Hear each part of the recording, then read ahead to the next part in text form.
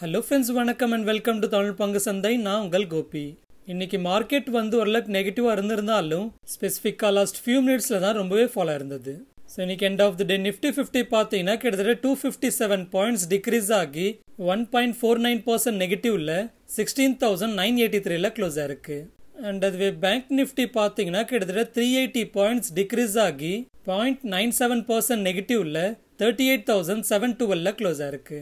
So இந்த வாரம் வரப்போகிற யூஎஸ் ஃபெட்டோட மினிட்ஸ் ஆஃப் மீட்டிங்கோட அப்டேட், ரீட்டைல் சேல்ஸ் அண்ட் முக்கியமாக யூஎஸோட இன்ஃப்ளேஷன் டேட்டானால மார்க்கெட் இன்னும் காஷியஸாகவே ரியாக்ட் ஆகிட்டு இருக்கு. அண்ட் யூஎஸ் மார்க்கெட்ஸ் வந்து நேற்றும் நெகட்டிவாக தான் க்ளோஸ் ஆயிருந்தது. அதாவது டவ் ஜோன்ஸ் வந்து 0.32% நெகட்டிவ்ல, S&P 500 0.75% நெகட்டிவ்ல அண்ட் நாஸ்டாக் அரௌண்ட் 1.04% நெகட்டிவ்ல க்ளோஸ் ஆயிருந்தது. அண்ட் ஆக்சுவலாக நாஸ்டாக் பார்த்தீங்கன்னா அதோட 2 இயர் லோ ஹிட் பண்ணியிருக்குன்னே சொல்லலாம். அண்ட் இன்னும் S&P 500க்கு 20% டவுன் சைட் வரும்னு JP மார்கன் அப்டேட் பண்ணியிருந்தாங்க. அண்ட் முக்கியமாக குளோபல் ரெசிஷன்ன்றது அடுத்த 6 மாசத்துல, அதாவது நெக்ஸ்ட் இயர் மிட்ல வரும்ன்ற மாதிரி அப்டேட் கொடுத்துருந்தாங்க. அண்ட் இதை தாண்டி மறுபடியும் ரஷ்யா உக்ரைன் இஷ்யூஸ்ன்றது ஹெட்லைன்ஸ்க்கு வந்துட்டு இருக்கு. அதாவது ரொம்ப நாள் கழிச்சு உக்ரைனோட கேபிட்டல் சிட்டியில ரஷ்யா வந்து மிசைல் அட்டாக்ஸ் பண்ணியிருந்தாங்க. அண்ட் ஈவன் ஃபர்தராகவும் அட்டாக்ஸ் இருக்கும்ன்ற மாதிரி புட்டின் த்ரெட்டன் பண்ணதுனால இவங்களோட இஷ்யூஸ்ன்றது மறுபடியும் எஸ்கலேட் ஆயிட்டு இருக்கு. ஸோ இந்த ஓவரால் இஷ்யூஸ்னால மறுபடியும் எஃப்ஐஎஸோட செல்லிங் கொஞ்சம் அதிகமாயிட்டு இருக்கு. ஆனால் அப்படி எஃப்ஐஎஸ் வந்து எவ்வளோதான் செல் பண்ணாலும் அதை கண்டினியூஸாக நம்மளோட டிஏஎஸும் ரீட்டைல் பையிங்கும் வந்து அப்சர்வ் பண்ணிட்டே இருக்குன்னு சொல்லலாம். ஸோ இதனால் ஃபர்தர் எஃப்ஐஎஸ் கண்டினியூஸாக செல் பண்ணாலும் அது நம்மளோட மார்க்கெட்ஸில் பெரிய இம்பாக்டை கொடுக்காதுன்னு எக்ஸ்பெக்ட் பண்ணலாம். ஏன்னா லாஸ்ட் 1 இயராகவே, அதாவது நடுவில் 1 மாசமோ இல்லை 2 மாசமோ தவிர கண்டினியூஸாக லாஸ்ட் இயர் அக்டோபர்ல இருந்தே பார்த்தீங்கன்னா நம்மளோட மார்க்கெட்டில் எஃப்ஐஎஸ் வந்து செல் பண்ணிட்டு இருந்தாங்க. இருந்தும் நம்மளோட மார்க்கெட்டில் ரொம்பவே பெரிய ஃபாலை கிரியேட் பண்ண முடியல. அண்ட் ஃபியூ மந்த்ஸ்க்கு முன்னாடி மார்க்கெட் வந்து அரௌண்ட் 15,000 லெவல்ஸை டச் பண்ணப்பையும் எஃப்ஐஎஸ் திரும்ப பை பண்ண ஆரம்பிச்சதுமே ஜஸ்ட் 1 or 2 மந்த்ஸ்லேயே மார்க்கெட் மறுபடியும் அதோட ஆல் டைம் ஹை டச் பண்ண ஆரம்பிச்சிருச்சு. அண்ட் கோயிங் ஃபார்வர்ட் Q2ஓட ரிசல்ட்ஸ்ன்றது எப்படி இருக்க போகுதுன்றதை பொறுத்தும் நிஃப்டியோட டைரக்ஷன்ன்றது டிசைட் ஆகும். அண்ட் இப்போதைக்கு டிசிஎஸோட ரிசல்ட்டோட Q2 ரிசல்ட் சீசன்ன்றது ஓரளவுக்கு டீசென்ட்டாகவே ஓப்பன் ஆயிருக்குன்னு சொல்லலாம். அண்ட் இன்ஃபோசிஸோட பைபேக்னாலையும் ஐடி ஸ்டாக்ஸ்க்கு ஓரளவுக்கு எனர்ஜி கொடுக்கலாம். அண்ட் ஃபினான்ஷியல்ஸோட Q2 பிசினஸ் டேட்டான்றது நல்ல பாசிட்டிவ் வந்ததுனால அவங்களோட Q2 ரிசல்ட்ஸும் பாசிட்டிவாக எக்ஸ்பெக்ட் பண்ணலாம். ஸோ இதெல்லாமே மார்க்கெட்டுக்கு நியர் டேர்ம்ல சப்போர்ட்டிவா இருக்கும்னு எதிர்பார்க்கலாம். எனிவே மற்ற செக்டாரோட ரிசல்ட்ஸும் எப்படி இருக்குன்றதை பொறுத்து மார்க்கெட் ஓவராலாக டிரைவ் ஆகும். ஓகே, ஃபர்ஸ்ட் வந்து இன்ஃபோசிஸோட அப்டேட்டை பார்க்கலாம். இன்ஃபோசிஸ் வந்து அக்டோபர் 13 அன்னைக்கு, அதாவது அவங்களோட Q2 ரிசல்ட்ஸ் அனௌன்ஸ் பண்றப்பவே ஷேர்ஸ் பைபேக் ப்ரப்போசலை கன்சிடர் பண்ண போறதாகவும் சொல்லியிருக்காங்க. பொதுவாக பைபேக்ன்றது ஷேர் பிரைஸ் ஃபர்தர் ஃபால் ஆகாம தடுக்கலாம். ஏன்னா ஷேர் ஹோல்டர்ஸ் வந்து அவங்களோட ஷேர்ஸை ஓப்பனாக மார்க்கெட்டில் செல் பண்ணுறதை விட கம்பெனி ஆஃபர் பண்ணுற ஹையர் ப்ரைஸ்க்கு செல் பண்ணுறதுக்கு வாய்ப்பு இருக்கும். ஆனால் இது எல்லாமே வந்து கம்பெனி எந்த அளவுக்கு பைபேக் ப்ரைஸ் அனௌன்ஸ் பண்ணுறாங்க அண்ட் எவ்வளோ பைபேக்கை பண்ண போகிறாங்கன்றது எல்லாத்தையும் பொறுத்து இருக்கு. அண்ட் ஈவன் அந்த பைபேக்ன்றது டெண்டர் ஆஃபராக இருக்குமா இல்லை ஓப்பன் மார்க்கெட்டில் பைபேக் பண்ணிக்க போகிறாங்கன்றதையும் பொறுத்து இருக்கு. மோஸ்ட்லி டெண்டர் ஆஃபர்ன்றது ஷேர் ஹோல்டர்ஸ்க்கு ஓரளவுக்கு பெனிஃபிட்டாக இருக்கும். ஸோ அப்போ ஷேர் ஹோல்டர்ஸ் வந்து ஓப்பன் மார்க்கெட்டில் செல் பண்ணாமல் டெண்டர் ஆஃபரில் கொடுக்கறதுக்கு ஓரளவுக்கு ஹோல்ட் பண்ணாங்கன்னா அது ஷேர் ப்ரைஸையும் ஓரளவுக்கு ஃபர்தர் ஃபால் ஆகாமல் தடுக்கும். ஆனால் ஓப்பன் மார்க்கெட் பைபேக்ன்றப்போ ஓப்பன் மார்க்கெட்லேயே அவங்க பைபேக் பண்ணிப்பாங்க. ஸோ அது எப்போ பண்ணுவாங்க, எந்த ப்ரைஸில் பண்ணுவாங்கன்றதே தெரியாது. ஸோ அதனால் அது ஷேர் ஹோல்டர்ஸ்க்கு பெருசாக பெனிஃபிட் இருக்காது. அண்ட் அதனால் ஷேர் ப்ரைஸ்லையும் பெருசாக இதனால இம்பாக்ட் இருக்காது. அண்ட் ஹிஸ்டாரிக்கலாக பார்த்தீங்கன்னா இது வந்து இன்ஃபோஸோட 4th பைபேக்னு சொல்லலாம். அதாவது இது வரைக்கும் 3 வாட்டி பைபேக் பண்ணியிருக்காங்க. ஸோ இதில் ஃபர்ஸ்ட் ஒன் பார்த்தீங்கன்னா ரொம்பவே அதிகமான வேல்யூவில் பைபேக் பண்ணாங்க. அதாவது 2017ல் அரௌண்ட் 13,000 crores பைபேக் பண்ணாங்க. அண்ட் அடுத்து 2019ல் அரௌண்ட் 8,260 crores பைபேக் பண்ணாங்க. அண்ட் 2021ல் அரௌண்ட் 9,200 crores பைபேக் பண்ணாங்க. ஸோ இது வந்து 4th பைபேக்காக இருக்கும். அண்ட் அந்த 3 பைபேக்ஸ் பார்த்தீங்கன்னா ஃபர்ஸ்ட் ஒன் மட்டும் தான் டெண்டர் ரூட்ல இருந்தது, மற்ற 2 எல்லாமே ஓப்பன் மார்க்கெட் பைபேக்காக இருந்தது.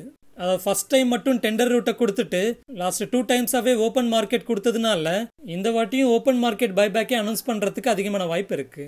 இனிவே இந்த ஓரல் அப்டேட்க்கு அப்புறமா இன்னைக்கு இன்ஃபோஸோட ஷேர் பிரைஸ் எப்படி ரியாக்ட் ஆயிருக்குன்னு பார்க்குறப்போ இன்னைக்கு மார்னிங் என்னவோ இன்ஃபோஸோட ஷேர் பிரைஸ் ஓரளவுக்கு பாசிட்டிவாக ரியாக்ட் ஆயிருந்தாலும் அதுக்கப்புறமா ஓரளவுக்கு ஃபால் ஆக ஆரம்பிச்சு end of the day almost 2.66% நெகட்டிவாக க்ளோஸ் ஆயிருக்கு. ஓகே, அடுத்து இந்தியா சிமெண்ட்ஸோட அப்டேட்டை பார்க்கலாம். இந்தியா சிமெண்ட்ஸ் வந்து ஸ்ப்ரிங்வே மைனிங்ன்ற கம்பெனியில் வச்சுக்கிட்டு இருக்கிற அவங்களோட என்டையர் ஷேர் ஹோல்டிங்கை JSW சிமெண்ட்டுக்கு செல் பண்ணுறதுக்கான அக்ரிமெண்ட்டில் என்டர் இருக்கிறதா அனௌன்ஸ் பண்ணியிருக்காங்க. ஆக்சுவலாக இதை அக்வயர் பண்ணுறதுக்கு அல்ட்ராடெக் சிமெண்ட் வந்து ஃப்ரண்ட் ரன்னராக இருந்ததா சொல்லப்பட்டுச்சு. அண்ட் ஈவன் இது related JSW cement, Birla group and அதே போல் அதானி குரூப் கிட்ட பேச்சுவார்த்தை நடத்திட்டு இருக்கிறதா சொல்லப்பட்டுச்சு. ஆனால் அதில் ஃபைனலாக JSW சிமெண்ட் வின் ஆயிடுச்சுன்னே சொல்லலாம். அண்ட் இது எல்லாமே ஓகே தான். ஆனால் இப்போ இந்தியா சிமெண்ட் செல் பண்ண போகிற ஸ்ப்ரிங்வே மைனிங் கம்பெனியோட வேல்யூவேஷன்ன்றது அரௌண்ட் 800 crores வரைக்கும் இருக்கலாம்னு சொல்லப்படுது. ஆனால் அதை இந்தியா சிமெண்ட்ஸ் வந்து JSW சிமெண்ட்டுக்கு வெறும் 476 crores செல் பண்ணுறதுக்கு அக்ரிமெண்ட்டை போட்டிருக்காங்க. ஸோ இதனால இந்தியா சிமெண்ட்ஸோட ஷேர் ப்ரைஸ் இன்னைக்கு எப்படி ரியாக்ட் ஆயிருக்குன்னு பார்க்குறப்போ இன்னைக்கு end of the day India சிமெண்ட்ஸோட ஷேர் ப்ரைஸ் பார்த்தீங்கன்னா ஆல்மோஸ்ட் 11.34% நெகட்டிவாக க்ளோஸ் ஆயிருக்கு. ஓகே, அடுத்து ஐடிடி சிமெண்டேஷனோட அப்டேட்டை பார்க்கலாம். ஐடிடி சிமெண்டேஷன் கம்பெனிக்கு புதுசாக 1755 crores வர்த்துள்ள ஆர்டர்ஸ் வந்திருக்கிறதா அப்டேட் பண்ணியிருக்காங்க. அண்ட் ஏப்ரல் 2022 இது வரைக்கும் அரௌண்ட் 7900 crores வர்த்துள்ள ஆர்டர்ஸ் வந்திருக்கிறதா அப்டேட் பண்ணியிருக்காங்க. அண்ட் இப்போ வந்த புது 1755 crores வர்த்துள்ள ஆர்டர்ஸ்ன்றது ஸ்ரீலங்காவோட கொலம்போ போர்ட்ல வெஸ்ட் கண்டெய்னர் டேர்ம்ல கன்ஸ்ட்ரக்ட் பண்றதுக்குன்னு சொல்லியிருக்காங்க. அண்ட் ஒடிசாவோட தம்ரா போர்ட்ல 2 ஃபெசிலிட்டிஸை கன்ஸ்ட்ரக்ட் பண்றதுக்குன்னு சொல்லியிருக்காங்க. அண்ட் குஜராத்தோட ஹாசிரா பிளான்ட்ல பைலிங் அண்ட் சிவில் ஒர்க் பண்றதுக்கானதுன்னு சொல்லியிருக்காங்க. இனிவே இந்த ஓரல் அப்டேட்க்கு அப்புறமா இன்னைக்கு ஐடிடி சிமெண்டேஷனோட ஷேர் பிரைஸ் எப்படி ரியாக்ட் ஆயிருக்குன்னு பாக்குறப்போ இன்னைக்கு end of the day ITD சிமெண்டேஷனோட ஷேர் பிரைஸ் பாத்தீங்கன்னா ஆல்மோஸ்ட் 0.79% பாசிட்டிவா க்ளோஸ் ஆயிருக்கு. ஓகே, அடுத்து டாடா மோட்டார்ஸோட அப்டேட்டை பார்க்கலாம். டாடா மோட்டார்ஸ் கம்பெனி ரீசெண்டா லான்ச் பண்ண எலக்ட்ரிக் வெஹிக்கிளான டியாகோவோட ஃபர்ஸ்ட் டே புக்கிங்ஸே பார்த்தீங்கன்னா அரௌண்ட் 10,000க்கும் மேலே புக் ஆயிருக்கிறதா சொல்லியிருக்காங்க. ஸோ இதனால இதோட புக்கிங் வேல்யூன்றது அரௌண்ட் 850 crores மேலேயே வந்திருக்கும்னு சொல்லலாம். ஏன்னா இந்த காரோட ஸ்டார்டிங் பிரைஸ் பார்த்தீங்கன்னா அரௌண்ட் 8.5 lakhs வச்சிருந்தாங்க. அண்ட் ஈவன் இந்த ஸ்பெஷல் இன்ட்ரோடக்டரி பிரைஸ்ன்றது அடுத்த 10,000 புக்கிங்ஸ்க்கும் எக்ஸ்டெண்ட் பண்ணியிருக்கிறதா சொல்லியிருக்காங்க. அண்ட் இந்த டியாகோ ஈவியோட டெலிவரிஸ்ன்றது ஜனவரி 2023 இருந்து இருக்கும்னு சொல்லியிருந்தாங்க. எனிவே இந்த அப்டேட்க்கு அப்புறமா இன்னைக்கு டாடா மோட்டார்ஸோட ஷேர் பிரைஸ் எப்படி ரியாக்ட் ஆயிருக்குன்னு பார்க்குறப்போ இன்னைக்கு மார்னிங்ல இருந்து ஈவினிங் வரைக்குமே ஆல்மோஸ்ட் நியூட்ரல் டு பாசிட்டிவா இருந்திருந்தாலும் end of the day around 0.66% நெகட்டிவ்ல க்ளோஸ் ஆயிருக்கு. ஓகே, அடுத்து சோபாவோட அப்டேட்டை பார்க்கலாம். ரியல் எஸ்டேட் கம்பெனியோட சோபா பார்த்தீங்கன்னா அவங்களோட Q2 பிசினஸ் டேட்டா ரிலீஸ் பண்ணியிருந்தாங்க. ஸோ அதில் இந்த குவார்டரில் கம்பெனி வந்து highest ever sales value achieve பண்ணியிருக்கிறதா சொல்லியிருக்காங்க. ஆனால் போன குவார்ட்டரோட கம்பேர் பண்ணுறப்போ அது 1% அதிகமாக இருக்குன்னு சொல்லியிருக்காங்க. அண்ட் ஆவரேஜ் ப்ரைஸ் ரியலைசேஷன்ன்றது போன குவார்ட்டரோட கம்பேர் பண்ணுறப்போ 3.2% அதிகமாக இருக்கிறதா சொல்லியிருக்காங்க. அண்ட் இந்த குவார்ட்டரில் 3 புது ரெசிடென்ஷியல் ப்ராஜெக்ட்ஸை லான்ச் பண்ணியிருக்கிறதா சொல்லியிருக்காங்க. அதில் 2 வந்து பெங்களூரில் அண்ட் 1 வந்து திருவனந்தபுரத்தில் லான்ச் பண்ணியிருக்கிறதா சொல்லியிருக்காங்க. ஆனால் கோயிங் ஃபார்வர்ட் இன்ஃப்ளேஷன் அதிகமாக இருக்கிறதும் and RBI interest rate hike பண்ணுறதும் கன்சர்ன்ஸாக இருக்கும்னு சொல்லியிருக்காங்க. ஸோ இந்த அப்டேட்னால இன்னைக்கு சோபாவோட ஷேர் பிரைஸ் எப்படி ரியாக்ட் ஆயிருக்குன்னு பார்க்குறப்போ இன்னைக்கு எண்ட் ஆஃப் த டே சோபாவோட ஷேர் பிரைஸ் பார்த்தீங்கன்னா ஆல்மோஸ்ட் 3.44% நெகட்டிவாக க்ளோஸ் ஆயிருக்கு. ஓகே, அடுத்து பெனாசியா பயோடெக்கோட அப்டேட்டை பார்க்கலாம். பெனாசியா பயோடெக் கம்பெனிக்கு UNICEF and Pan American Health Organization கிட்ட இருந்து WHO pre qualified fully liquid pentavalent வேக்சினான EZ5TTன்றதை சப்ளை பண்ணுறதுக்கான ஆர்டர்ஸ் வந்திருக்கிறதா அப்டேட் பண்ணியிருக்காங்க. அண்ட் இந்த ஆர்டரோட வர்த்துன்றது அரௌண்ட் 1040 crores சொல்லியிருக்காங்க. அண்ட் இது 2023 2025 வரைக்கும் சப்ளை பண்ணுறதுக்கான ஆர்டர்ஸ்னு சொல்லியிருக்காங்க. ஸோ இந்த அளவுக்கு அதிகமான வர்த்துள்ள ஆர்டர்ஸ் வந்திருக்கிறதுன்றது இந்த கம்பெனிக்கு பாசிட்டிவான அப்டேட்னு சொல்லலாம். ஏன்னா இந்த கம்பெனியோட மார்க்கெட் கேபிட்டலே பார்த்தீங்கன்னா 1000 crores மேலே இல்லை. அண்ட் லாஸ்ட் 1 இயரோட அதாவது லாஸ்ட் 1 ஃபினான்ஷியல் இயரோட என்டையர் ரெவன்யூவே பார்த்தீங்கன்னா அரௌண்ட் 2000 crores தான். அண்ட் அதுக்கு முன்னாடி அதாவது 2021 அண்ட் அதே போல 2020 financial இயர்லாம் around 500 crores to 600 crores தான் இருந்திருக்கு. ஆனால் இப்போ சிங்கிள் ஆர்டர்ல 1040 crores வர்த்துள்ள ஆர்டர்ஸ் வந்திருக்கிறதுன்றது இந்த கம்பெனிக்கு பாசிட்டிவ் அப்டேட்னே சொல்லலாம். எனிவே இந்த அப்டேட்க்கு அப்புறமா இன்னைக்கு பெனாசியா பயோடெக்கோட ஷேர் பிரைஸ் எப்படி ரியாக்ட் ஆயிருக்குன்னு பார்க்குறப்போ இன்னைக்கு end of the day Panacea பயோடெக்கோட ஷேர் பிரைஸ் பார்த்தீங்கன்னா ஆல்மோஸ்ட் 18% பாசிட்டிவாக க்ளோஸ் ஆயிருக்கு. ஓகே, அடுத்து ரேட்கெயின் டிராவல் டெக்னாலஜிஸ்ன்ற கம்பெனியோட அப்டேட்டை பார்க்கலாம்.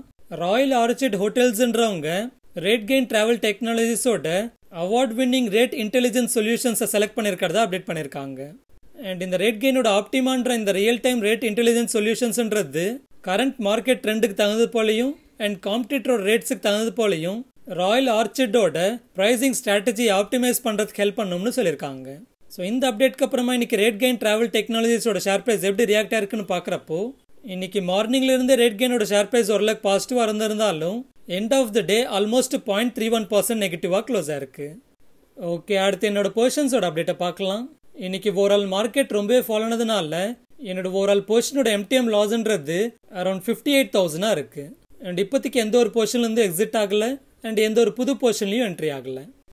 ஓகே, அடுத்து இந்த வாரம் எக்ஸ்பைரி ஆகிற நிஃப்டியோட ஆப்ஷன் செயின் பார்க்குறப்போ கால் ஆப்ஷன் சைடில் அதிகமான ஓப்பன் இன்ட்ரெஸ்ட்ன்றது இப்போ இமீடியட்டாக 17,200 ஸ்ட்ரைக் ப்ரைஸில் பில்டாக இருக்கு. ஆனால் இதே ஸ்ட்ரைக் ப்ரைஸில் புட் ஆப்ஷன் சைட்லேயும் அதிகமான ஓப்பன் இன்ட்ரெஸ்ட் பில்டாக இருக்கிறதுனால அடுத்து அதிகமான ஓப்பன் இன்ட்ரெஸ்ட் பில்டாக இருக்கிற ஸ்ட்ரைக் ப்ரைஸ்னு பார்க்குறப்போ அரௌண்ட் 17,500 ஸ்ட்ரைக் ப்ரைஸை பார்க்கலாம். அண்ட் அதுவே புட் ஆப்ஷன் சைடில் அதிகமான ஓப்பன் இன்ட்ரெஸ்ட் பில்டாக இருக்கிற ஸ்ட்ரைக் ப்ரைஸ்னு பார்க்குறப்போ இப்போ இமீடியட்டாக 17,000 இருக்குது. ஆனால் இதே ஸ்ட்ரைக் ப்ரைஸில் கால் ஆப்ஷன் சைடில் அதிகமான ஓப்பன் இன்ட்ரெஸ்ட் பில்டாக இருக்கிறதுனால அடுத்து அதிகமான ஓப்பன் இன்ட்ரெஸ்ட் பில்டாக இருக்கிற 16,600 ஸ்ட்ரைக் ப்ரைஸை கன்சிடர் பண்ணிக்கலாம். ஸோ இதோட டேட்டா படி பார்க்குறப்போ அடுத்த நிஃப்டியோட எக்ஸ்பைரி ரேஞ்சுன்றது 16,600லேருந்து 17,200க்குள்ளே இருக்கும்னு எதிர்பார்க்கலாம். ஆர் சேஃபர் சைடுக்கு 16,600லேருந்து 17,500க்குள்ளே இருக்கும்னு எதிர்பார்க்கலாம். எனிவே அடுத்தடுத்த நிஃப்டி எப்படி இருக்க போகுதுன்றதை நீங்கள் என்ன நினைக்கிறீங்கன்றதை நம்மளோட கமெண்ட்டில் சொல்லுங்கள். ஃபைனலாக ஃப்ரெண்ட்ஸ், ஒரு சின்ன ரெக்வஸ்ட். நம்மளோட ஒர்க் அண்ட் எஃபர்ட்ஸ் உங்களுக்கு பிடிச்சிருந்து நம்மளை சப்போர்ட் பண்ணணும்னு நினச்சிங்கன்னா நீங்கள் ஃப்ரீயாகவே சப்போர்ட் பண்ணலாம். ஸோ அதுக்காக நீங்கள் பண்ண வேண்டியது நம்ம வீடியோட டிஸ்கிரிப்ஷனில் இருக்கிற நம்ம சேனலோட லிங்க் ட்ரீயோட யூஆர்எல்லை கிளிக் பண்ணீங்கன்னா ஃபர்ஸ்ட் ட்ரேடிங் ஆர் டிமேட் அக்கௌண்ட்டை கிரியேட் பண்ணுறதுக்கான லிங்க்ஸ் இருக்கும். ஸோ நீங்களோ இல்லை உங்களுக்கு தெரிஞ்சவங்களோ புதுசாக trading R demat account create பண்ணுறப்போ இந்த லிங்க்ஸை யூஸ் பண்ணி கிரியேட் பண்ணிக்கோங்க. ஆக்சுவலாக நீங்கள் டேரெக்டாக வெப்சைட்லேருந்து கிரியேட் பண்ணுறதுக்கும் நம்மளோட ரெஃபரல் லிங்கை யூஸ் பண்ணி கிரியேட் பண்ணுறதுக்கும் எந்த ஒரு எக்ஸ்ட்ரா சார்ஜஸும் இல்லை. ஸோ டேரெக்டாக வெப்சைட்லேருந்து உங்களோட அக்கௌண்ட்டை கிரியேட் பண்ணுறதை விட நம்மளோட இந்த ரெஃபரல் லிங்க்ஸை யூஸ் பண்ணி உங்களோட அக்கௌண்ட் கிரியேட் பண்ணுறப்போ நீங்கள் நம்ம சேனலுக்கு பண்ணக்கூடிய உங்களால் முடிஞ்ச சப்போர்ட்டாக இருக்கும். அண்ட் அதே போல் நீங்கள் லைஃப் இன்சூரன்ஸில் அப்ளை பண்ணணும்னு நினச்சாலோ இல்லை இன்சூரன்ஸ் கம்பெனிஸ் ப்ரொவைட் பண்ணுற guaranteed investment plans or health insurance or vehicle இன்சூரன்ஸ்னு இதில் எதில் அப்ளை பண்ணணும்னு நினைக்கிறீங்களோ அதை கிளிக் பண்ணி கூகுள் ஃபார்மை ஃபில் பண்ணுங்க. ஸோ இந்த கூகுள் ஃபார்ம் ஃபில் பண்ண பிறகு உங்களுக்கு ஃபர்ஸ்ட்டு வந்து அந்த ப்ராடக்டோட ஃப்ரீ டீடைல்டு எக்ஸ்பிளனேஷன்ஸ் கொடுப்போம். அடுத்து அதில் ஹேசல் ஃப்ரீயாக அப்ளை பண்ணுறதுக்கு ஹெல்ப் பண்ணுவோம். அண்ட் அப்ளை பண்ண பிறகும் லைஃப் லாங் உங்களுக்கான பர்சனல் சப்போர்ட் ஃப்ரீயாகவே கொடுப்போம். அடுத்து ஃப்ரீ ஃபினான்ஷியல் பிளானிங் கன்சல்டன்சி வேணும்னா இந்த லிங்கை கிளிக் பண்ணி கூகுள் ஃபார்மை ஃபில் பண்ணுங்க.